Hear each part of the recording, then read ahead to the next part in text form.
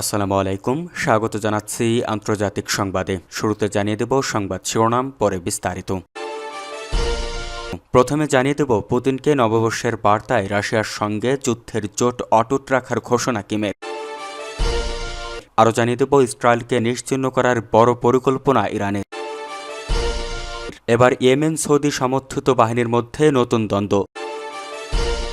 আরও জানিয়ে দেব ইয়েমেনের বিচ্ছিন্নবাদীদের যে আহ্বান জানালো সৌদি আরব। সর্বশেষ জানিয়ে দেব নতুন বছরের শুরু হতে পারে গাজায় যুদ্ধবিরতির তৃতীয় ধাপ। শুনছিলেন সংবাদ শিরোনাম, এবার বিস্তারিত।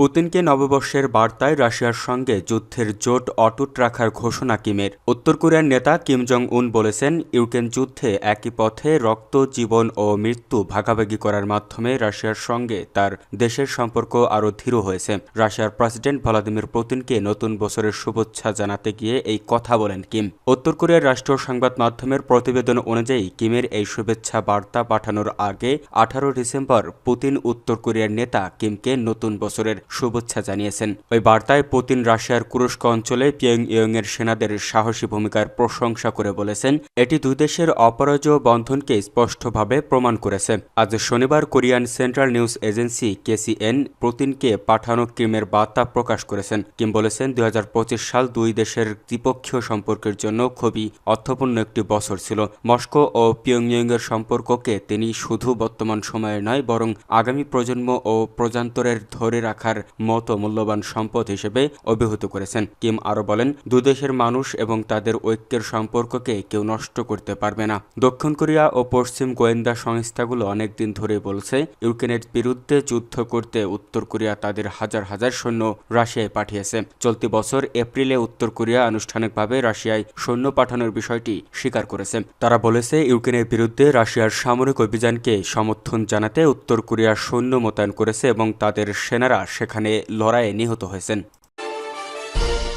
ইসরায়েলকে নিশ্চিহ্ন করার বড় পরিকল্পনা ইরানের। ইসরায়েলকে গত জুন মাসেই ধরাশয়ী করেছিল মধ্যপ্রাচ্যের দেশ ইরান। দুদেশের মধ্যে তথাকথিত যুদ্ধবিরতি চললেও বাকবিতণ্ডায় থেমে নেই তারা। কিছুদিন আগেই ইরান ক্ষেপণাস্ত্রের মহড়া দেখিয়েছে, এতেই ইসরায়েলের ঘুম উড়ে গিয়েছিল। আর সম্প্রতি আরেক চাঞ্চল্যকর ঘটনা ঘটেছে। এবার ইরান টার্গেট করেছে ইসরায়েলের সাইবার দুনিয়ায়। দেশটিতে শক্তিশালী সাইবার হামলা চালিয়েছে আয়াতুল্লাহ খামেনির দেশ। ইরানি হ্যাকাররা ইসরায়েলের শাসন ব্যবস্থার বিরুদ্ধে এখন পর্যন্ত সবচেয়ে বড় ও প্রভাবশালী সাইবার হামলা চালিয়েছে, এমন দাবি করেছে একটি হিব্রু ভাষার প্রযুক্তি বিষয়ক গণমাধ্যম। গত বুধবার প্রকাশিত এক প্রতিবেদনে হিব্রু ভাষার পিসি ম্যাগাজিন জানায়, যদিও ইরান ও ইসরায়েলের মধ্যে সাইবার যুদ্ধ নতুন কোনো বিষয় নয়, গেল 3 বছর ধরে এই সংঘাত চলমান রয়েছে। প্রতিবেদনে বলা হয়, এই সাইবার যুদ্ধের মধ্যে রয়েছে নাশকতামূলক হামলা, গোয়েন্দা কার্যক্রম এবং জনমত প্রভাবিত করার উদ্দেশ্য প্রচালিত বিভিন্ন অপারেশন। এদিকে চলতি বছরের জুন মাসে শুরু হওয়া 12 দিনের যুদ্ধের পর ইসরায়েলের বিরুদ্ধে ইরানি সাইবার হামলা উল্লেখযোগ্যভাবে বেড়ে গেছে। প্রতিবেদনে বলা হয়, হ্যাকাররা দ্রুত তাদের কৌশল পরিবর্তন ও অভিযোজন করে সাইবার জগতে কার্যকর হামলা চালাতে সক্ষম হয়েছে। পিসি ম্যাগাজিনের প্রতিবেদনে দাবি করা হয়, 2025 সালের শেষ নাগাদ এটি স্বীকৃত হবে যে চলতি বছরে ইসরায়েলের বিরুদ্ধে সাইবার আঘাত আনার ক্ষেত্রে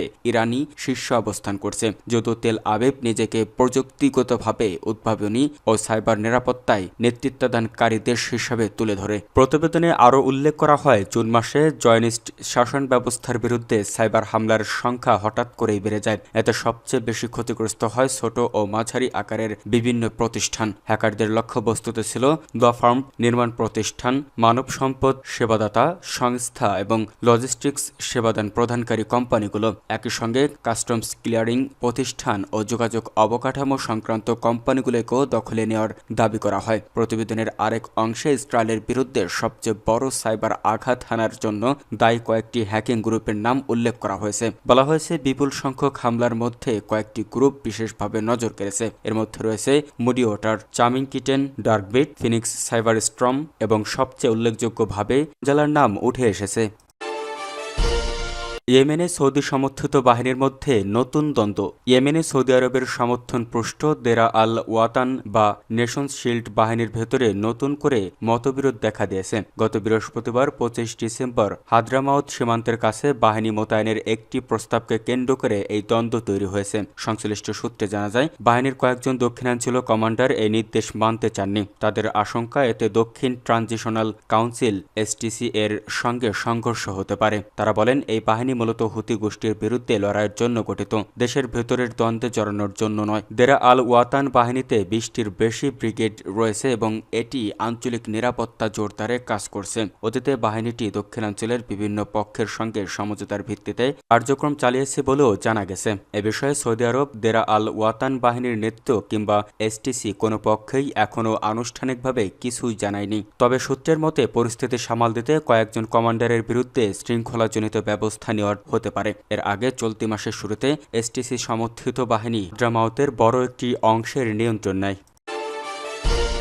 ইয়েমেনের বিচ্ছিন্নবাদীদের যে আহ্বান জানালো সৌদি আরব। ইয়েমেনের দক্ষিণাঞ্চলীয় প্রধান বিচ্ছিন্নবাদী গোষ্ঠী সাউদার্ন ট্রানজিশনাল কাউন্সিলকে দখলকৃত দুটি পূর্বাঞ্চলীয় প্রদেশ থেকে অবিলম্বে সরে যাওয়ার আহ্বান জানিয়েছে সৌদি আরব। চলতি মাসে তেল সমৃদ্ধ হাদ্রামাউত ও আল মাহরা গভর্নরের দখলের পর এই আহ্বান জানানো হয়। এর ফলে হুতি বিদ্রোহীদের বিরোধী শাসক জোটের ভেতরে বিভাজন আরও বাড়তে পারে বলে আশঙ্কা করা হচ্ছে। গত বৃহস্পতিবার 25 ডিসেম্বর আল জাজিরার এক প্রতিবেদনে এই তথ্য জানানো হয়েছে। গত বৃহস্পতিবার সৌদি পররাষ্ট্র মন্ত্রণালয় এক বিবৃতিতে এসটিসির সামরিক তৎপরতাকে অযৌক্তিক উত্তেজনা হিসেবে আখ্যা দেয়। বিবৃতিতে বলা হয়, ইয়েমেনের সব পক্ষ ও রাজনৈতিক শক্তির মধ্যে সহযোগিতা, সংযম এবং এমন কোনো পদক্ষেপ এড়ানো জরুরি যা দেশের নিরাপত্তা ও স্থিতিশীলতা নষ্ট করতে পারে এবং অনাকাঙ্ক্ষিত পরিণতি ডেকে আনতে পারে। সৌদি আরব জানিয়েছে, মধ্যস্থতামূলক প্রচেষ্টা চলমান রয়েছে, যার লক্ষ্য হল এসটিসি বাহিনীকে ওই দুই গভর্নরেটের বাইরে তাদের পূর্ববর্তী অবস্থানে ফিরিয়ে নেওয়া এবং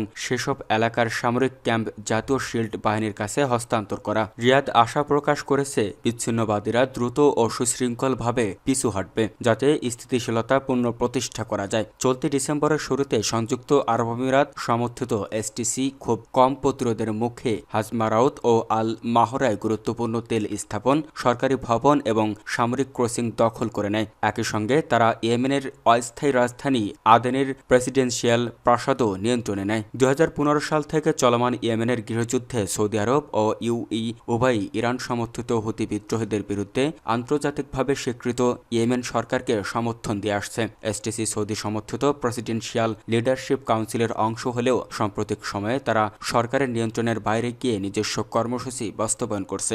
গত 12 ডিসেম্বর সৌদি আরব ও ইউএই যৌথভাবে আদেনে একটি প্রতিনিধি দল পাঠিয়ে সংকট নিরসনের চেষ্টা করলেও এখনও কোনো অগ্রগতি হয়নি। সৌদি আরবের সঙ্গে হাজমারাউতের 684 কিলোমিটার দীর্ঘ সীমান্ত রয়েছে, যা রিয়াদের জাতীয় নিরাপত্তার জন্য অত্যন্ত গুরুত্বপূর্ণ। একইভাবে ওমান আল মহরাকে তার সীমান্ত নিরাপত্তার দিক থেকে স্পর্শকাতর অঞ্চল হিসেবে বিবেচনা করে। এই দুই গভর্নরেটর গুরুত্বপূর্ণ বাণিজ্য পথ ও জ্বালানি সম্পদে সমৃদ্ধ, যা এসটিসি একটি স্বাধীন দক্ষিণ ইয়েমেন রাষ্ট্র গঠনের জন্য অপরিহার্য মনে করে। 2017 সালে গঠিত এসটিসির লক্ষ্য হল 1967 থেকে 1990 সাল পর্যন্ত বিদ্যমান স্বাধীন দক্ষিণ ইয়েমেন পুনঃপ্রতিষ্ঠা করা। গোষ্ঠীর নেতা আয়দারুস আল জুবাইদি প্রেসিডেন্সিয়াল লিডারশিপ কাউন্সিলের সদস্য হলেও সম্প্রতি তিনি সরকারের বাইরে গিয়ে নিজস্ব রাজনৈতিক ও সামরিক কর্মসূচি জোরদার করেছে।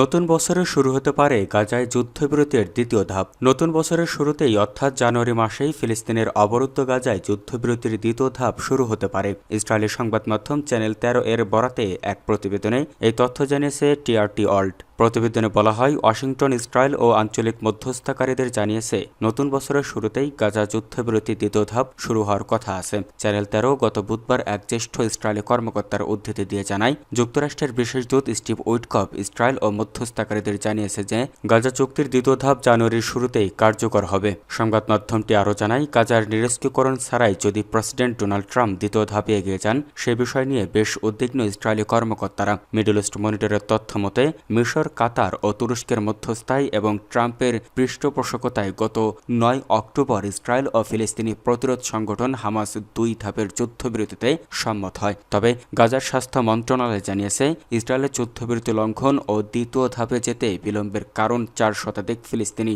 নিহত হয়েছে। 2023 সালের অক্টোবর থেকে গাজায় চলমান ইসরায়েলি আগ্রাসনে এখন পর্যন্ত 71,000-এর বেশি মানুষ নিহত হয়েছেন, যাদের অধিকাংশই নারী ও শিশু। এছাড়া আহত হয়েছেন 1,71,000-এরও বেশি মানুষ।